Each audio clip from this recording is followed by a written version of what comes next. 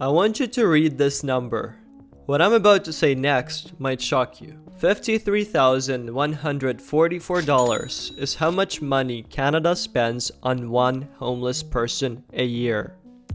I'm sure you know what this is. It's the world's tallest skyscraper, the Burj Khalifa in Dubai. It can house up to 10,000 people at maximum capacity. The wild thing is Canada would need 23.5 of such mega skyscrapers to house all of the homeless population that we have. 235,000 people are homeless according to Statistics Canada. This number equates to the population of 6 Monacos. If you haven't done the math yet, this means the country spends over $12 billion a year on people without homes. If you live in Canada, you might get surprised to know the scale. But if you're watching from abroad, you might ask, why don't Canadian taxpayers spend the money elsewhere? In this video, you'll find out what would happen if we cut them off and understand why Canada's survival depends on supporting them. Brace yourself for the shocking findings of this big investigation. We're about to check in at this DoubleTree Hotel by Hilton. It's a 4-star hotel that's getting converted into a homeless shelter. And we're going undercover as guests to show you what this hotel looks like on the inside. Reservations for the DoubleTree Halifax month. I'm looking to make a room reservation for the 16th of this month. You have your Hilton Honors membership, right? I do, yeah. At the least expensive rate that we can offer, and that is like 185 Canadian dollars and 17 cents plus the tax. So let me now place it under your name, okay? Over $200 for a one-night stay at Hilton, DoubleTree by Hilton. Going in, we knew the hotel was already hosting 100 homeless people, and frankly, we were preparing for the worst, as the reviews online said it was not family safe. You can see the guest cars were parked farther away, and we thought it was for a reason. There's a sign of not smoking. Hi. Just checking in. Is it safe here? Oh yeah, we have security and cameras everywhere. I just see homeless people around the hotel. Are they staying here? On 3 of our floors, yeah. Oh, have you experienced anything yourself? Personally, with customers and them, no, not at all. Never? And they're for the most part very friendly. I read the reviews as well on the way here, and it says there's like fights in the lobby or something. If it's fights, it's literally between guests.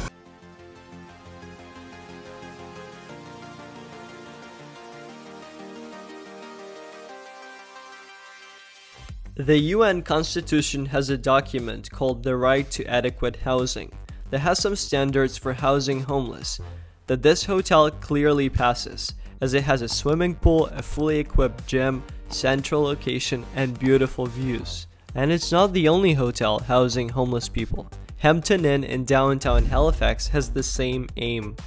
Therefore, I had to ask Halifax residents what they think about this new approach. In Halifax, everybody knows they are going through a housing crisis right now, because to find a house here, it's so difficult, and even if you find one, the rates are skyrocketing. It's just scary to see how people are being let down, and how it just seems to be becoming more increasingly common for people to be homeless, for people to not be able to afford things, to people to have to choose rent over groceries and that kind of thing. I would like for homeless people to be accepted as part of society, and I don't think that they should be seen as a sort of a menace or as a plague to us. I think it's just people that have had rough situations. They need someone to support them. This is the first time I'm hearing about it, so maybe. So why don't they build something for homeless people and just keep this as a hotel?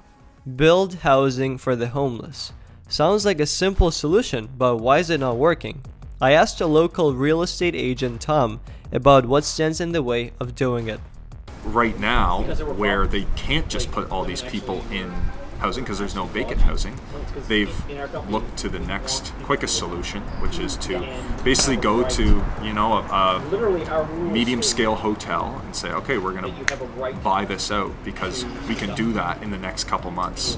Whereas if we have to wait for a building to be built or several buildings to be built, it's going to take several years. I want to test your focus. Do you remember this number?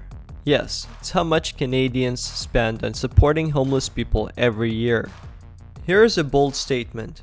Cut off the funding and direct it towards people who work and pay taxes. The money should be invested in places where it develops and the financial situation, rather than just finding homes for homeless. This is my videographer Lucia. She moved to Canada from Colombia many years ago. Listen closely to her perspective. Maybe crime is going to start increasing, which I don't like because that's one of the reasons I moved into here.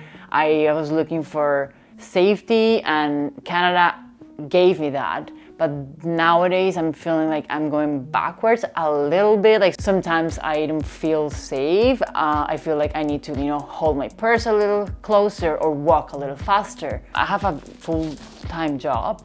I'm a tax contributor as well. And personally, I cannot afford living in the city. I live outside from the city. And I'm not getting any subsidy from the government in order to get a house in the city I live. I have to do everything my own. So by the time I hear that government is going to help homeless, creating these new facilities for them, which are very good, like I'm not saying that they deserve less, I'm just saying that personally, I don't think this is the place for develop a shelter. Slowly, I started leaning towards this direction, but I simply had no idea how bad cutting off funding for the homeless might be. Maddie, a social worker from Hamilton with 7 years of experience in the area, explained cutting funding might be a Pandora's box you don't want to open. But before we show you what it means, it's important you understand the different tiers of homeless people. There are 3 tiers of homelessness. First tier is transitional. These are the people that are temporarily homeless. It could be you are evicted and you're looking for your next place, you haven't quite found it yet, and you're in a sticky situation. And that makes up 86% of our homeless population. The next is episodic. So these are people who experience more than one episode of homelessness. It could be that you've found a place, but it's fallen through with the landlord or with personal issues, whatever it may be. This makes up about 10% of our homeless population. And then the final one is chronic homeless. This is when you are street involved, you are homeless for more than 6 months, and you require a lot more services. This is about 4% of our homeless population. So we think about our homeless population and we think about what we see in front of us, what we're able to see on the streets.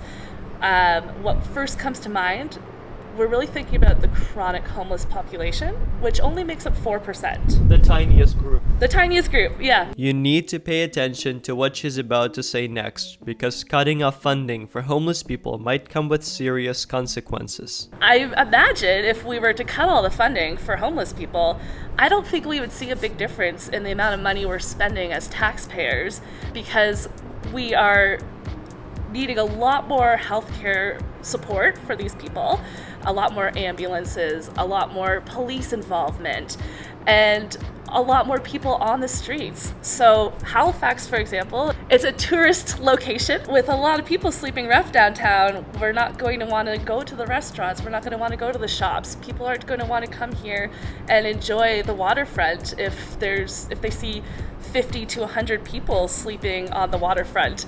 It's just not going to be safe for anyone involved. I want to show you what it might look like. Let's look at Colombia. We're talking about millions. I believe it's around 8 million of people are considered homeless in Colombia. You could get attacked from them, or they can rob you, or just like mistreat you, or they don't make you feel very comfortable. Imagine there's more homeless now. The downtown of our city becomes too dangerous to go to, which in turn makes city residents stay away from it. Local businesses don't have customers, therefore no revenue.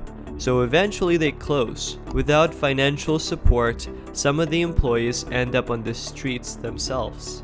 Finland managed to eliminate homelessness completely. Nobody sleeps on the streets in Finland. How? Housing first, a concept of providing a person with a roof over their head, and then getting them clean. And DoubleTree Hotel is an example of such an approach. It's 8:30, we're about to check out, and to be honest with you, no negative experience, no negative encounters. I never expected that it'd be so peaceful. The homeless people that we saw at the hotel, the second, third floors, were never aggressive. They were even nice. The driveway to the hotel had some homeless, but they seemed to be respectful of the rules and the hotel guests. No, I mean, 15 months ago when we first started this program, there were some troublemakers, but they were quickly removed.